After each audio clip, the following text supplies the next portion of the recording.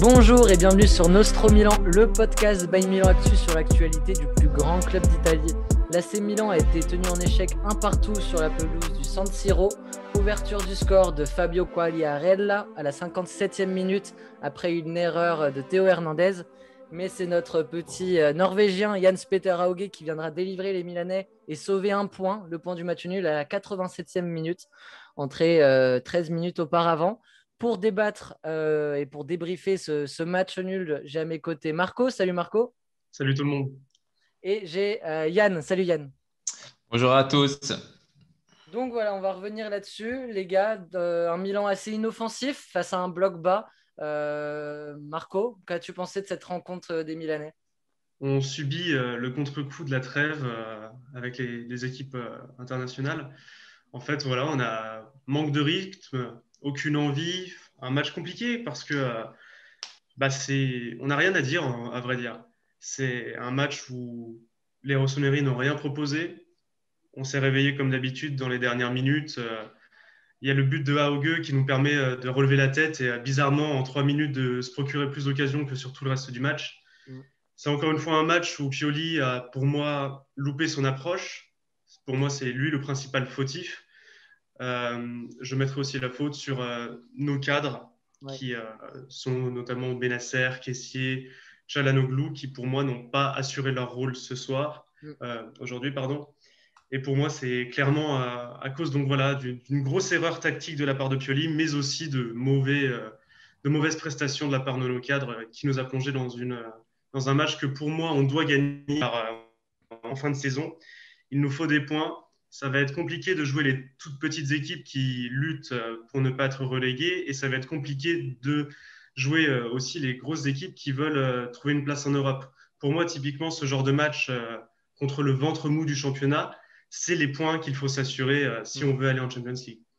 Tout à fait. Pour toi, je vais revenir sur les mots de Marco. Yann, pour toi, c'est une mauvaise appréhension de la rencontre qu'a fait Pioli en alignant un Salmakers côté droit avec Castillo, un Krunic à gauche. On a l'impression que Pioli est parti avec des handicaps. Je précise pas handicapé, hein, avec un handicap en se mettant Salmakers, Castillo et Krunic au coup d'envoi, alors qu'on a vu des Rebic ou encore Kalulu étaient disponibles et étaient sur le banc. Ouais, alors Salmakers, ça me dérange pas du tout sa titularisation à droite. On sait que c'est un poste qu'il apprécie. Pour moi, il n'a pas fait un mauvais match sur son côté droit.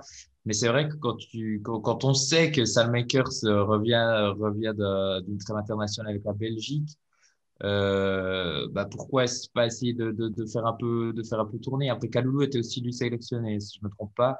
Ouais. Et puis c'est vrai qu'en fait, on est vite bloqué.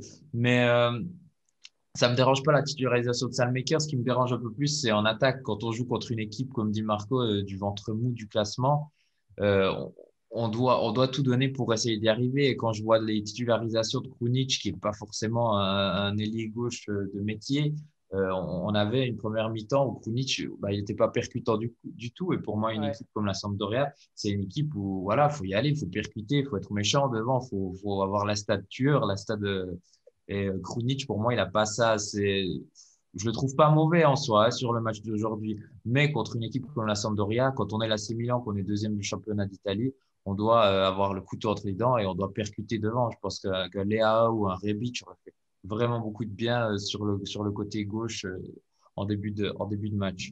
Au final, on a l'impression qu'on a été très limité offensivement et notamment parmi nos choix offensifs avec un Krunic qui n'est pas du tout un attaquant dans l'âme et qui du coup est totalement inoffensif. Avec un Castillo, on connaît ses lacunes offensives. Est-ce qu'on ne s'est pas mis une épine dans le pied en reculant Selmakers qui lui arrive malgré tout avec ses armes à un peu dynamiser cette attaque? Au final, sur cette rencontre et notamment la première période, le danger vient principalement de Zlatan qui a vraiment été hors jeu quasiment tout le temps, mais manque de solutions offensives qui, du coup, avec 60 minutes de néant offensif, Marco. En fait, pour moi, c'était du gâchis de reculer Saelmakers. Quand on voit ce que apporte Casillero, c'est-à-dire quasiment rien du tout, je préfère largement un Saelmakers à sa place et mettre Kalulu en défenseur droit. En plus, encore une fois, un choix de Pioli pour moi discutable, c'est d'avoir sorti Saelmakers à la mi-temps. Ouais. Certes, il avait un jaune, certes, on sait que Saelmakers a quelques problèmes pour gérer ce genre de situation, mais tout de même, c'était un des joueurs qui était le seul à avoir à peu près réussi sa prestation depuis le début du match. Le sortir, j'étais vraiment pas convaincu. Et pour moi, oui, voilà, c'est typiquement un match qu'on a perdu à cause d'une non-animation offensive. On ne peut pas essayer de créer quelque chose quand notre ligne d'attaque, c'est Çalhanoğlu qui joue qu'avec la Turquie et à sa droite, un Castillejo qui est devenu un Souzo bis, voire empire.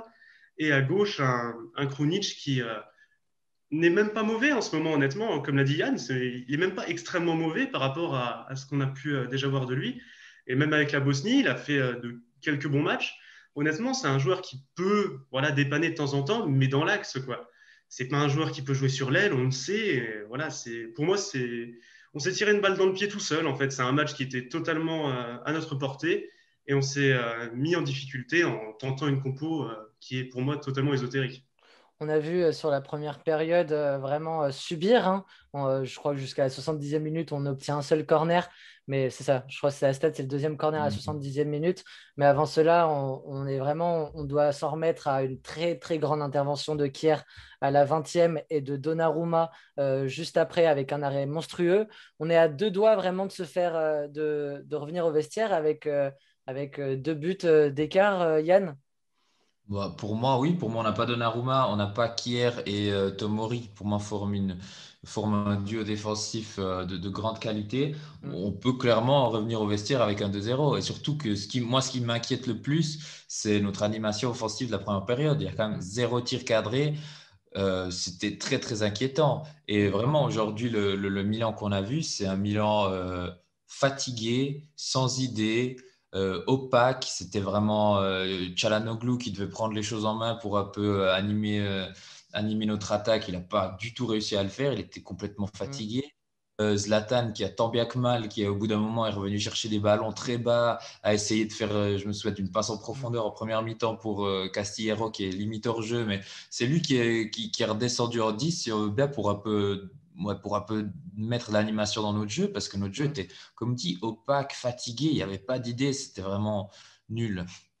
Et pour rester dans le contenu du match, mais moi j'ai trouvé un Milan qui a mal géré le peu d'occasions qu'ils ont eu, notamment sur les coups de pied arrêtés, avec, je crois, il y a deux coups francs successifs en plein axe, un peu plus long tiré par Zlatan et l'autre par Hakan, mais qui est vraiment aux abords de la surface.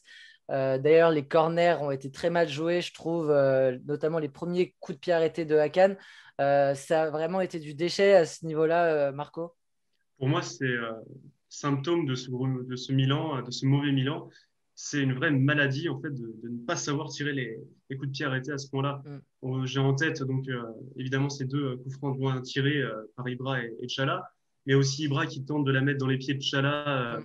à l'entrée Tout de à fait. surface avec une passe hyper appuyée. Alors Ouais. qu'on a des ténors de la tête, je veux dire, on a des vrais tours, on a des Mm. Tomori, on a des Kier, on a des Ibrahimovic, on a des monstres de la tête, on a même Pulisic, Mm. et on ne met pas un ballon en l'air. Et même Ouais. sur les corners, c'est ce qui me choquera le plus, Tout c'est premier poteau. Çalhanoğlu qui n'arrive plus à en tirer un seul, quoi. Toujours au premier poteau. Toujours au premier poteau, c'est coupé Mm. par défenseur adverse. Résultat, un Mm. corner pour nous devient un contre pour l'adversaire, Mm. alors que pour moi, ça doit être une occasion de but presque à chaque fois. Pour Mm. moi, c'est vraiment dommage, c'est encore une fois du gâchis, et je ne comprends pas qu'on ne travaille pas ça à l'entraînement. C'est quand même quelque chose d'assez basique qu'on peut travailler, et si Çalhanoğlu n'y arrive plus, on a d'autres alternatives pour tirer. Tonali le fait très bien, même Krunic si besoin. Honnêtement, je pense qu'il va falloir penser voilà, à faire un turnover au niveau des tireurs de coups francs notamment. À la 40e minute, on a un gros duel dans les surfaces entre Zlatan et le défenseur Samp. Les deux s'écroulent. Yann, pour toi, il y a penalty ou pas là-dessus ou c'est vraiment trop léger? Pour moi, c'est trop léger. Zlatan le fait super bien. Zlatan, on le sait, hein, dans ces situations, il nous a déjà procuré plusieurs penalties. Il arrive à mettre son corps en opposition, à jouer avec l'adversaire. Si on regarde sur les plusieurs angles de la caméra, je pense que c'est pas un scandale si on siffle un penalty, mais pour moi, c'est quand même trop léger. Marco? Et, Ouais, pardon. vas-y, Yann. Ouais, et puis pour moi, un Milan qui joue comme ça, je l'aurais presque mal pris qu'on marque sur un tir ou sur un penalty. Enfin, Mm. je veux dire, sur l'ensemble de ce qu'on montre sur la première période, ça aurait presque été un petit hold-up de marquer sur un penalty qui était comme ça léger. Donc pour moi, la décision de l'arbitre est juste. T'es d'accord avec ça ou pas, Marco, toi?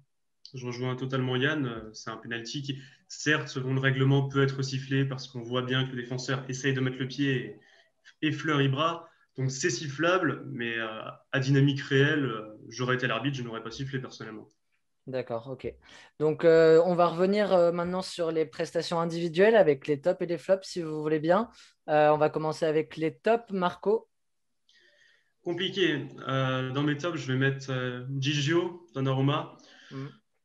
Bah, pas grand-chose à faire, mais bon, il nous sauve sur une tête notamment de Torsby. Il fait le travail comme d'habitude. Bon, voilà, je le mets dans les tops parce qu'on n'a pas grand monde d'autre à mettre à sa place.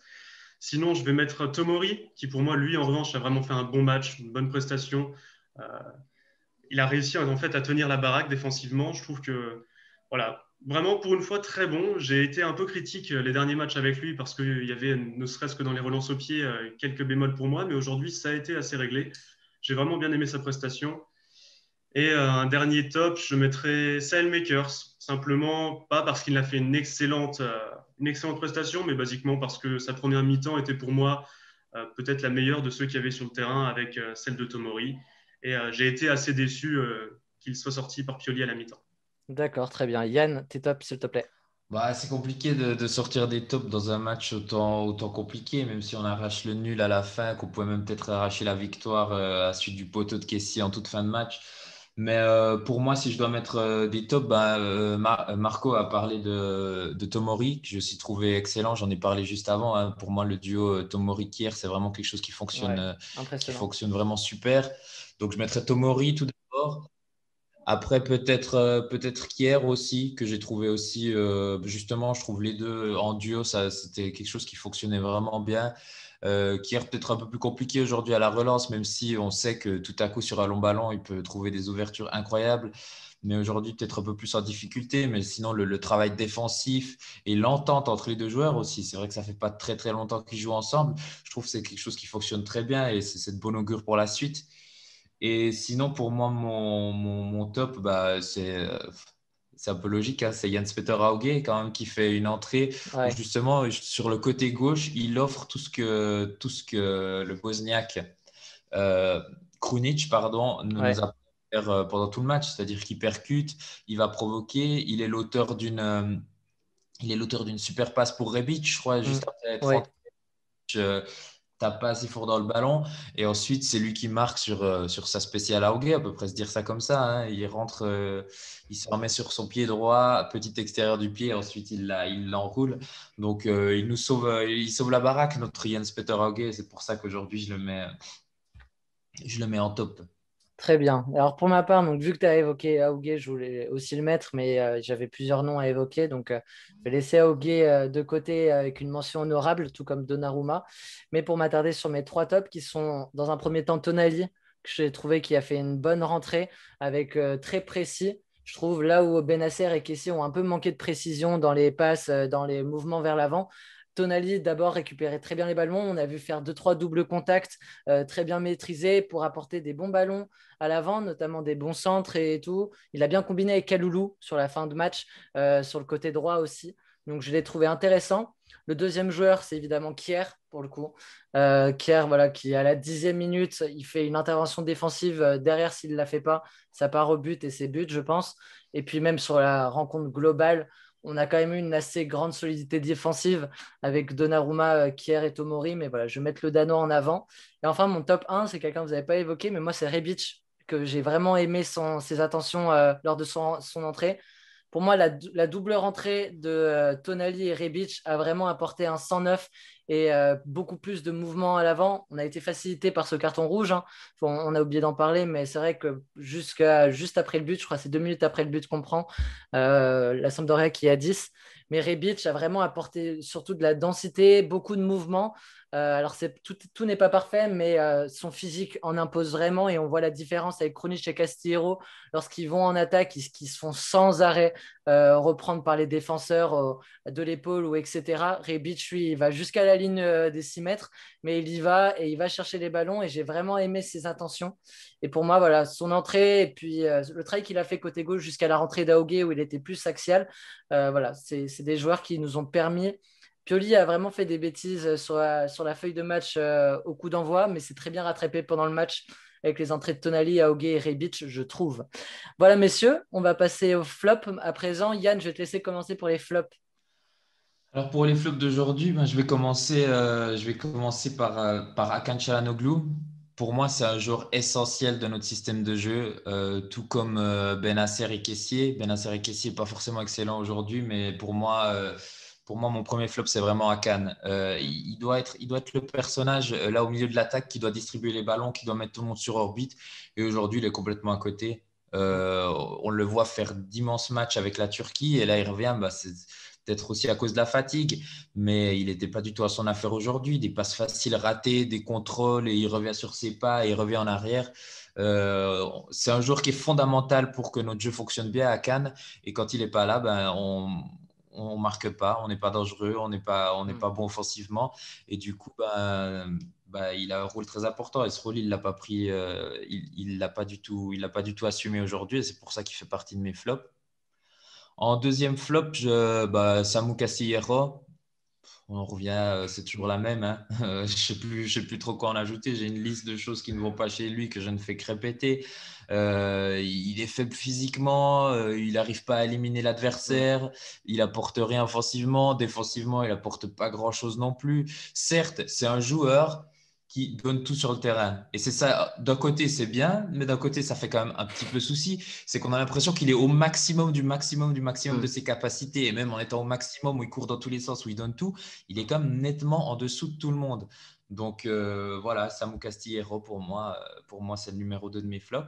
Pour rajouter juste un truc sur Castillejo, moi, quand je débute les matchs à la première minute et que je vois titulaire, j'essaie toujours d'avoir un recul en me disant, ne te fais pas influencer par les autres matchs, essaie vraiment de ne pas le mettre dans tes flops à la fin du match. Et sur les 5 premières minutes, il fait 2 bonnes interventions défensives. Je me dis, ah ouais, vas-y, je mets 2 bâtons. Et ensuite, derrière, c'est de la misère technique offensivement. Il en est ridicule sur le terrain. Franchement, c'est des gris-gris, c'est des appuis bizarres, c'est des imprécisions, c'est manque de puissance. Temps, ouais.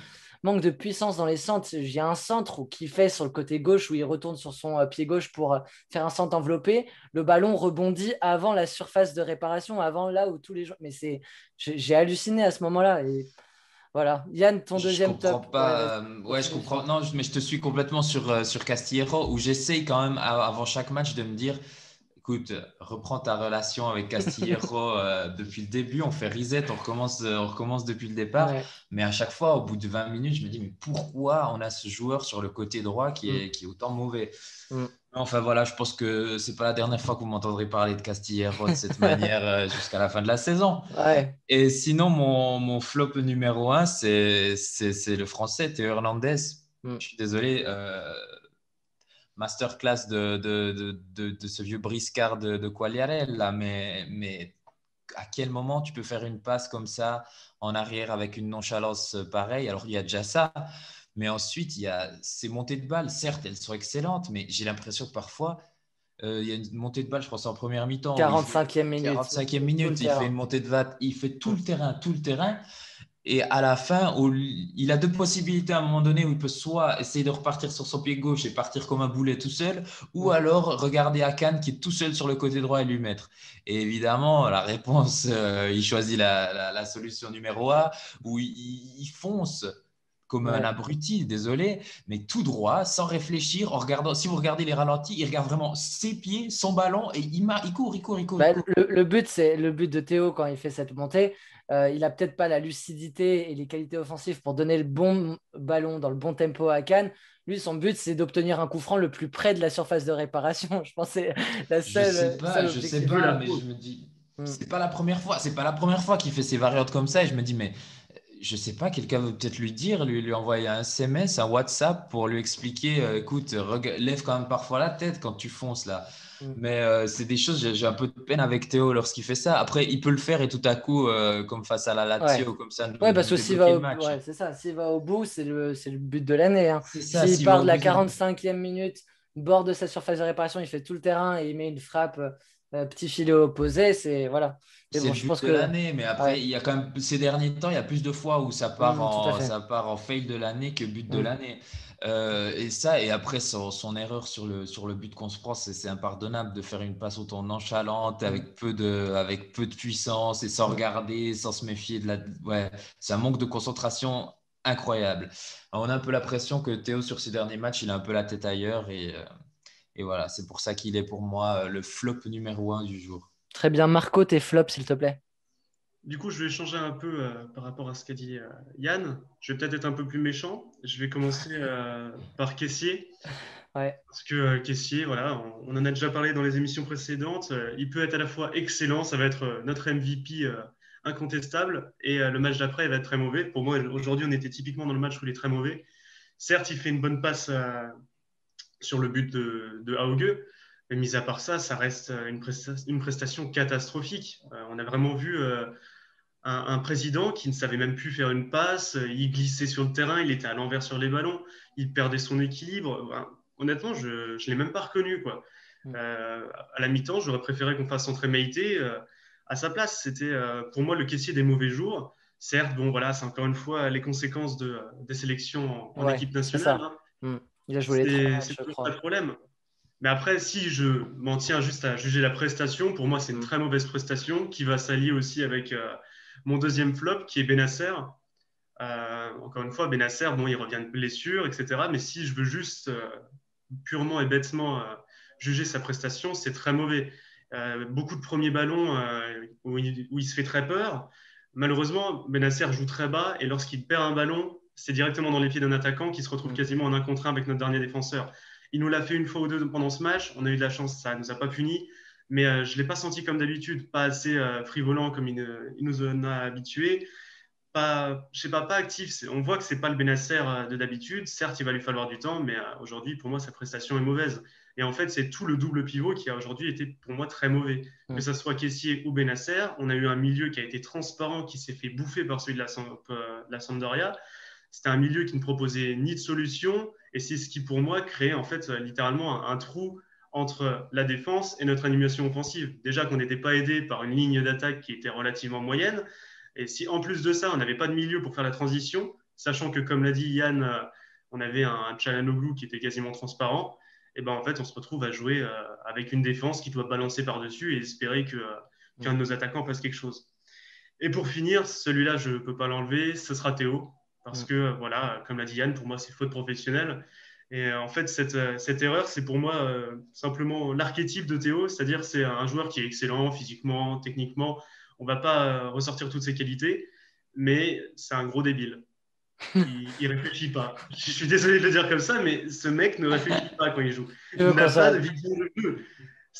Il peut vous sortir une passe magnifique que personne n'y a pensé, et la seconde d'après, ne pas se rendre compte qu'il est suivi par un joueur, je ne sais pas. Enfin, il réfléchit pas. J'ai l'impression que quand il joue, ça m'attriste parce que Il y franchement, a- c'est un joueur que j'ai toujours défendu. Ouais. J'ai toujours voulu que Deschamps le prenne dans ses listes, et malheureusement, je trouve qu'en ce moment, il donne un peu raison à Deschamps parce qu'il montre en fait littéralement qu'il a beaucoup de lacunes. C'est des lacunes qu'il peut en fait résoudre. Je pense notamment à quand il laisse après un 1-2 partir le joueur qu'il est en train de marquer. On a déjà pris le but là avec Chiesa contre la Juve. Il a plein de petites lacunes qu'il pourrait résoudre, et en fait pour moi j'ai l'impression qu'il les travaille pas, quoi. C'est pas possible, c'est toujours les mêmes, comme l'a dit Yann quand il fait ses superbes montées qu'on adore tous, on est tous déjà debout devant la télé pensant qu'il va y avoir but. Bah, parfois une passe en bout de course ça pourrait être plus utile que foncer tête baissée comme un bœuf dans les pieds du défenseur, quoi. Mm. Ouais, bah moi, je vais être un peu plus nuancé sur Théo Hernandez, que j'ai mis dans mes flops. Donc, outre Castillejo et Krunic, moi, je vais faire comme Marco, je vais un peu taper sur les doigts des cadres, parce que je pense que si Castillejo et Krunic ils sont pas bons, on peut quand même gagner un match. En revanche, quand dans un match comme ça, quand la plupart des cadres n'ont pas été à hauteur, bah, le match, c'est impossible qu'on le gagne. On s'en sort très bien. On peut aussi le gagner parce que si Kessé, il a un peu plus de chance, son poteau, bah, en fait, la balle elle est en pleine lucarne et on arrache un score qui aurait été immérité, mais immérité, pardon.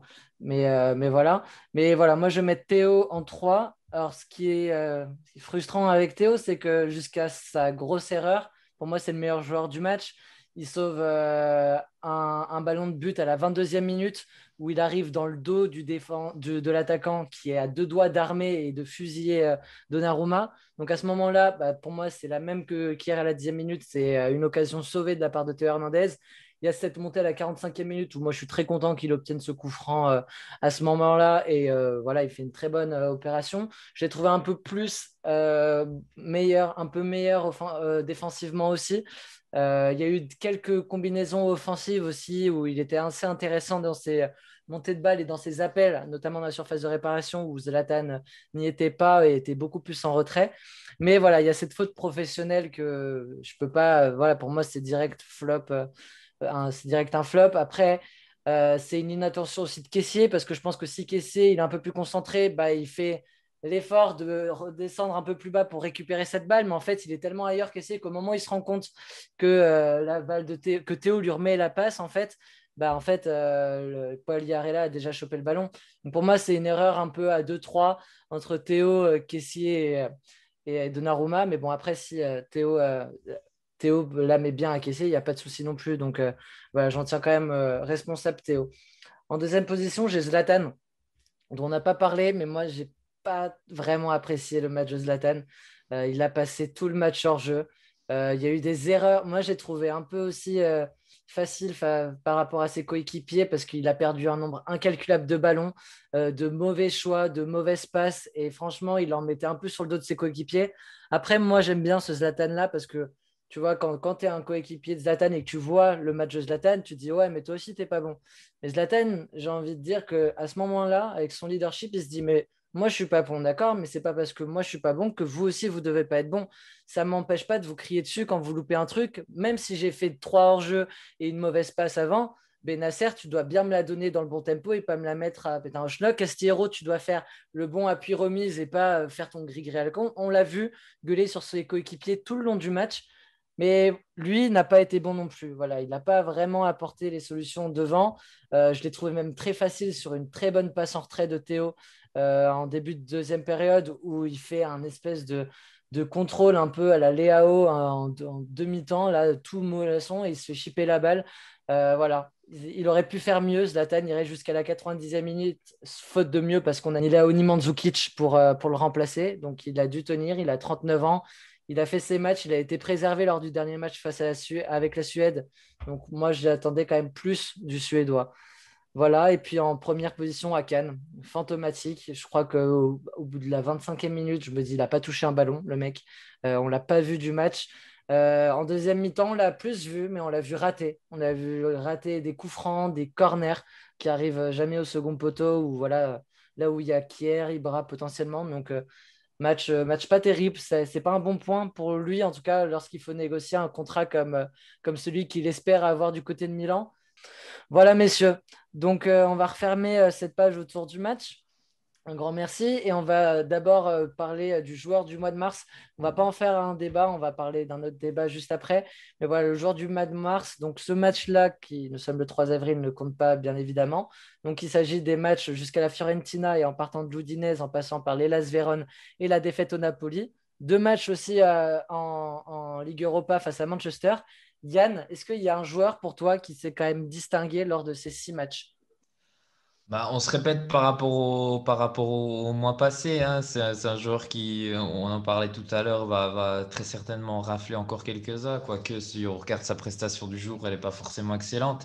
Mais c'est notre président, Franck Kessié, qui pour moi, déjà, premièrement, il est présent à tous les matchs. C'est le joueur qui est toujours là, c'est le joueur sur lequel on peut toujours compter. Physiquement, tous nos joueurs ont pratiquement eu des pépins physiques sur ce mois de mars. Mais Kessié a toujours tenu la baraque. Quand il est sur le terrain, on sait qu'on a un tank, qu'on a un monstre en numéro 6. Et pour moi, bah, il sort du lot de nouveau. C'est un joueur en plus de ça, il est décisif, hein. Il marque des buts. Ses pénaltys, ils sont clairement imprenables.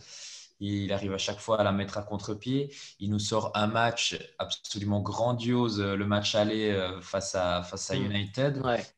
Et dans l'ensemble, c'est à peu près toujours le joueur qui se sauve sur les matchs du mois de mars. Il est toujours présent. C'est lui qui marque le penalty à la dernière minute face à l'Udinese. C'est quand même, on sait, ça reste des penalties, mais il faut quand même avoir les attributs pour aller le tirer, le penalty à la 90e minute pour égaliser face à l'Udinese. Et il le fait toujours parfaitement bien, avec un calme, avec un sang-froid. Donc pour moi, il y a pas grand débat sur le joueur du mois de mars. Pour moi, c'est Kessié qui sort clairement du lot. Marco, tu as un autre nom en tête ou c'est pour toi, c'est le président qui. Pour moi, c'est le président, il y a aucun débat là-dessus. Je Ok, ne peux que approuver ce qu'a dit Yann et ajouter simplement que pour moi, le match contre Manchester, c'est une référence. Voilà, c'est la référence. Et il a montré en fait que même au niveau européen, contre des grosses équipes, on est quand même sur le deuxième du championnat anglais, il a montré que voilà, un petit Bruno Fernandes en face de lui, ça lui fait pas peur. Il a franchement eu un match taille patron, match quasiment parfait.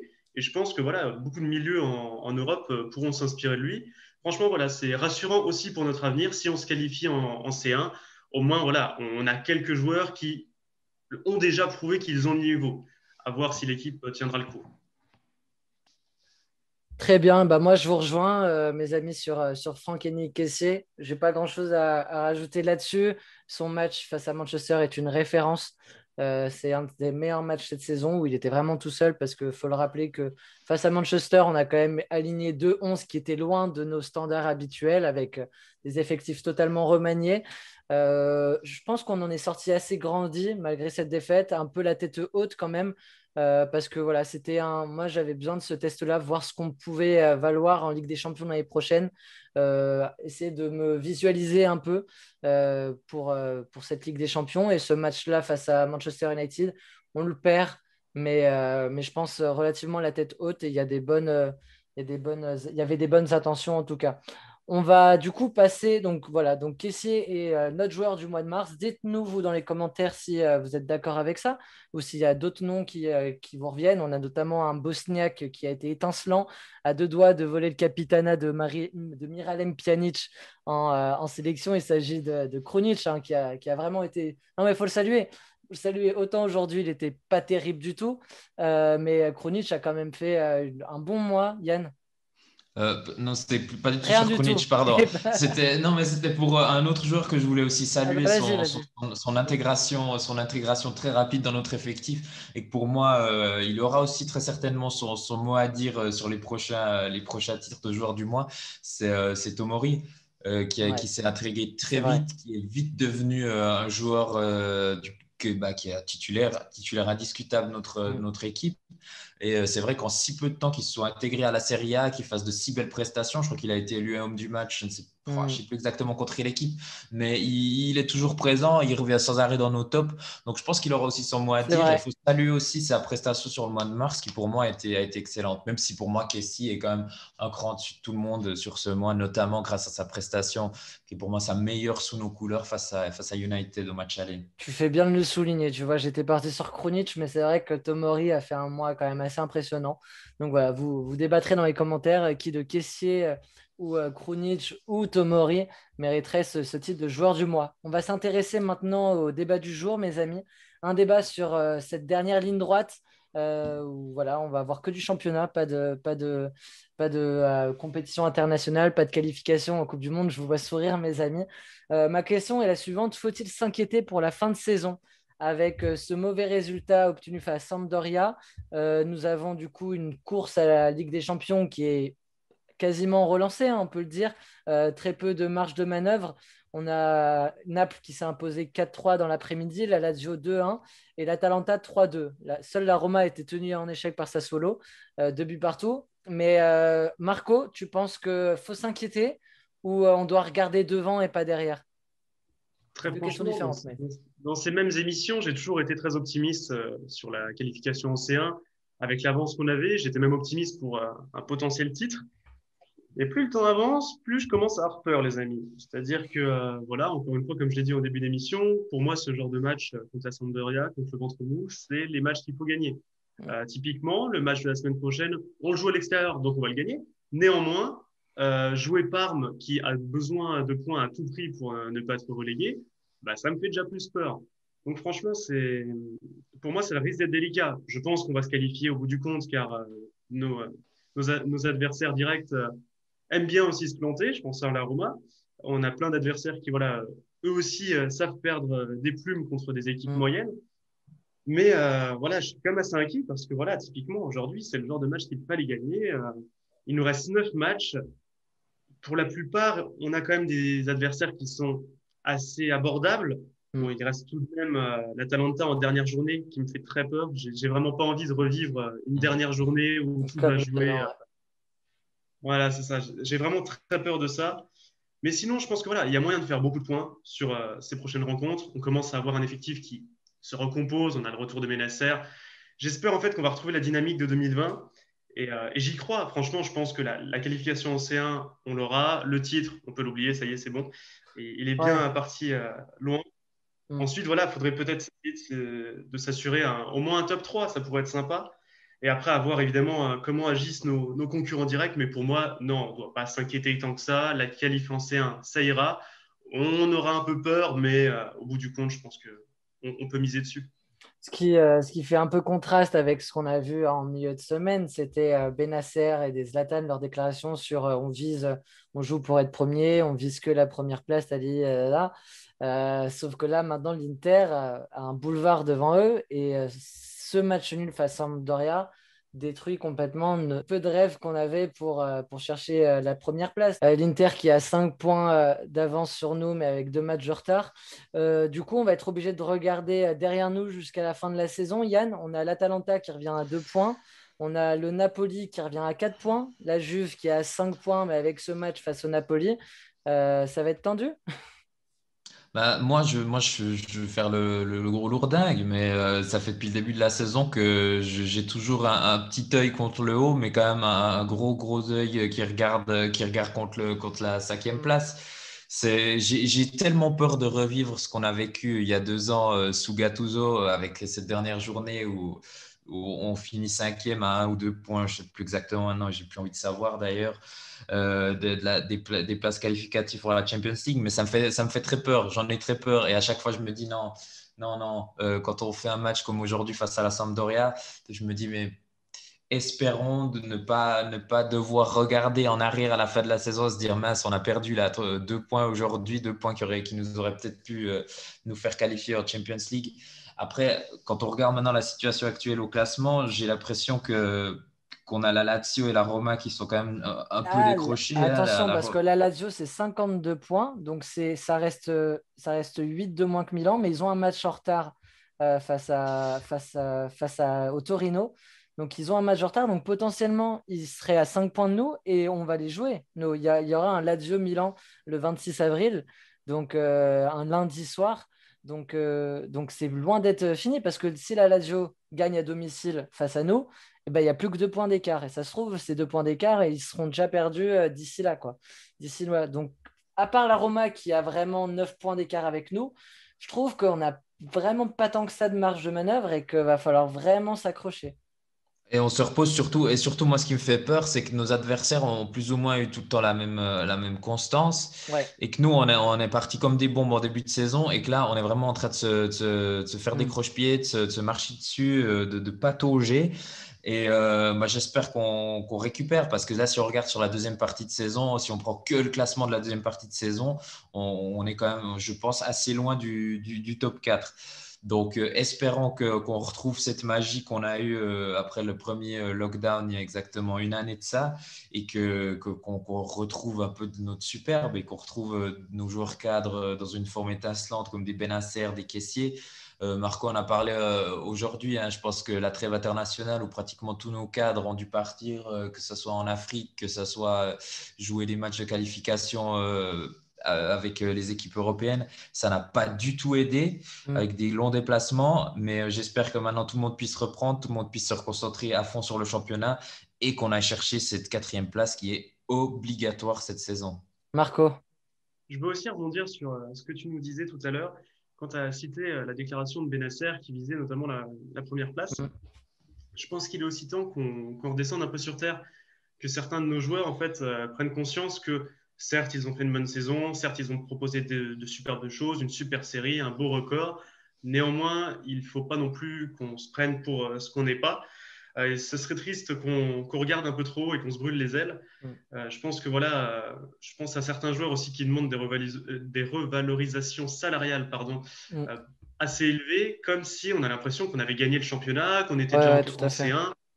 Je veux dire, on est juste une équipe qui se relève tout doucement depuis quasiment 10 ans de disette et qui là commence à retoucher peut-être à la C1. Il faut peut-être qu'on se calme. Certes, nos joueurs, on en a de très bons, on a d'excellents espoirs, mais par contre, on va peut-être se calmer sur le fait que ça y est, on est redevenu une grande équipe, etc. On propose quelque chose d'excellent cette année, mais comme le pressent malheureusement Yann, si par malheur on a en fin de saison une cinquième place, on est reparti pour des années, je pense, de grosses galères. Et là, qu'est-ce qu'on ferait avec des joueurs qui ont demandé un salaire de ministre? Je pense que voilà, certains de nos joueurs, que ce soit pour les salaires ou que ce soit pour les déclarations, ferait bien de surtout se recentrer sur eux-mêmes et viser déjà le lendemain, le match du lendemain, et avant de penser déjà au long terme. Si on veut être un peu optimiste concernant le dernier rush, on peut voir dans le calendrier que les 3 grosses confrontations qui nous attendent sont la Lazio, la Juve et l'Atalanta. Toutes ces rencontres sont à l'extérieur. Alors du coup, quand on fait le point, parce que j'ai ces stats, Milan à domicile est la 7e équipe à domicile avec 23 points pris à domicile, notamment 6 victoires, 5 nuls et 4 défaites. C'est loin d'être terrible. En revanche, à l'extérieur, Milan est la meilleure équipe à l'extérieur avec 37 points, 12 victoires, 1 nul et 1 défaite à l'extérieur, l'AC Milan. Il y a de quoi être optimiste ou vraiment c'est des stats pour les stats et c'est loin d'être acquis face à l'Atalanta, la Juve et la Lazio, Yann. Mais 37 points, c'est Moi, j'ai énorme quand l'impression même. 37 points, c'est assez énorme. Après, pour moi, le fait de jouer dans des stades vides, ça n'a plus beaucoup, ça n'a plus un immense impact, je pense, de jouer à domicile ou à l'extérieur. Il y a le déplacement à chaque fois où je me dis qu'à domicile, à l'extérieur, ça va être plus compliqué parce que quand tu dois aller jouer au sud de l'Italie ou que tu dois faire un long déplacement, bah forcément, tu as des heures de récupération ou de sommeil ou tu as juste ton organisme Hmm. qui est perturbé. Et apparemment, bah, on gère plutôt bien ça. Et puis à domicile, on a beaucoup plus de peine dans San Siro qui est vide. Apparemment, c'est quelque chose qui nous met en grande difficulté. Donc, j'ai vraiment de la peine à expliquer tout ça. On parlait de peut-être que le fait de voyager tous ensemble Ouais. jusqu'à Moi, je pense que ça affecte, ouais. ça affecte l'équipe. Après, j'arrive pas trop à comprendre parce que je sais que même lorsque Milan joue à San Siro, toute l'équipe se retrouve d'abord à Milanello. Hmm. Il y a un déjeuner ou un repas qui est partagé ensemble pour ensuite prendre le chemin du stade. J'arrive pas trop à me dire que vraiment le voyage puisse avoir tant un rôle que ça pour souder l'équipe ou comme Hmm. ça. Mais il doit quand même y avoir quelque chose parce que le fait qu'on fasse 23 points à la maison et 37 à l'extérieur, il y a quand même Ouais. quelque chose qui diffère. C'est ça. Et au niveau des calendriers, parce que je vois un peu, voilà, essayer de préparer un peu cette fin de saison, on a Naples qui va avoir un sacré calendrier dès la semaine prochaine. Alors, ils sont par contre sur une bonne série. Ils sont sur 5 victoires sur les 6 derniers matchs, notamment 4 consécutives là dernièrement. Mais ils ont la Juve qui vont jouer dès le milieu de semaine prochaine. Un déplacement à la Sampdoria. Réception de l'Inter et de la Lazio, puis déplacement au Torino. Donc, c'est 5 matchs 3 grosses confrontations, des matchs face à Sampdoria et Torino qui ne seront pas faciles quand on sait que le Torino va tenter tant bien que mal d'aller chercher son maintien. Et la Sampdoria, on a vu aujourd'hui, bah, c'était pas si facile que ça à jouer non plus. Voilà, l'équipe de Gattuso n'est pas à l'abri d'un contre ou quoi, de ces vieux briscards, parce que quand on voit les joueurs de la Sampdoria, c'est Gabbiadini et Quagliarella, donc c'est quand même des joueurs très, très expérimentés de ce championnat. Donc voilà, je pense que Naples va falloir qu'il s'arrache aussi pour revenir à notre hauteur, même s'il y a très peu de points qui nous séparent. En revanche, voilà, la Lazio, faut y faire attention. La Juve, je pense que ça reste une équipe qui peut prendre des points, mais qui peut en perdre aussi. C'est pour ça que c'est drôle, parce que nous, on va les jouer, Naples va les jouer, tout le monde va encore jouer la Juve. Mais la Juve, c'est une équipe qui, pour moi, cette année, ne gagne pas tous ses matchs. Donc, à voir à qui ça va profiter, à voir où aussi la Juve se situe, parce que si Naples prend des points face à la Juve, si nous, on en prend face à la Juve, si la Lazio en prend face à la Juve, bah, au final, la Juve, ils n'en auront pas pris. Et c'est peut-être la Juve qui va être la grande perdante de cette course à la 4e place. Est-ce qu'on peut voir, est-ce que pour toi c'est envisageable, Marco, de voir les Turinois sortir de ce top 4 où il y a l'Atalanta et Naples qui cognent très fort à la porte? Non seulement c'est pour moi comme un rêve, mais c'est aussi pour moi assez plausible parce que, bah, on l'a vu ne serait-ce que récemment, une défaite 1-0 à domicile contre Benevento, Mm. à l'issue d'un match où les Turinois ont été mauvais. Non, franchement, pour moi, c'est l'équipe qui est quand même en danger. Mm. Elle n'est plus dans les standings habituels. Il y a les problèmes de direction à côté de tout ça, parce que bon, bah voilà, on a des cas spéciaux, hein. On a le cas Ronaldo, on a plein de cas qu'il faut travailler pour le mercato, comment gérer le plan. C'est une équipe qui, pour moi, a beaucoup de troubles et aussi des troubles sportifs. On a un Pirlo qui vient d'arriver, qui est un peu frêle. Personnellement, je ne suis pas du tout convaincu par son travail. Et ouais, enfin, honnêtement, les prestations de l'équipe sont assez mauvaises. Et je ne serais pas du tout choqué qu'il ne soit pas dans le top 3 cette année. Bon, de là à peut-être sortir et finir à la 5e place, j'ai un peu de doute. Mais en tout cas, je vois plus, par exemple, un bon Napoli de Gattuso revenir à notre niveau et avec l'Atalanta, par exemple, et taper après la Juve, ça serait limite. Ouais, quatrième, ça ne me choquerait pas de leur part. Parce que c'est là, voilà, tout à l'heure, ils vont jouer le derby contre le Torino. Ouais. Ça ne va pas être un match simple du tout. Ils sont dans une mauvaise période et il suffit que les Turinois, les autres, du coup, soient en forme et aient envie de, pour une fois, gagner un derby. Et ça pourrait sérieusement les mettre en danger. On va finir sur le calendrier de la Juve pour conclure cette émission.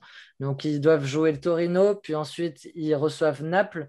Ils vont à l'Atalanta 2 journées après. Et ensuite, lors des 5 derniers matchs, ils auront l'enchaînement Juventus-Milan, Sassuolo-Juventus, Juventus-Inter-Milan et enfin Bologne-Juve. Donc, l'avant-dernière journée des 4 dernières journées, il y a quand même Milan AC Milan, Inter Milan et Sassuolo à Sassuolo. Donc, ouais, si ils ne sont pas à l'abri de craquer en fin de saison, on ne sait pas où sera l'Inter, mais je pense que si l'Inter peut obtenir son titre face à la Juventus sur la pelouse de la Juve, bah, ils ne s'en priveront pas non plus. Donc, parce qu'il y a une grosse rivalité entre ces deux clubs-là aussi. Donc, voilà, je pense que ça va être très serré. Ça fait très longtemps qu'on n'a pas vu une compétition, une Serie A aussi relevée. Je pense que ça peut nous satisfaire, d'autant plus que le Milan fait partie de cette Serie A cette année et est compétitif. En tout cas, on se retrouve du coup la semaine prochaine pour le débrief. Je prends mon calepin, mon agenda. Ce sera le match contre qui la semaine prochaine? Contre Parme. Contre Parme, c'est ça, à 18h le 10 avril. Donc voilà, on se retrouvera la semaine prochaine, mes amis. En attendant, prenez soin de vous. Merci, chers auditeurs, encore de nous suivre. Et puis, Forza Milan, ciao! Ciao tout le monde!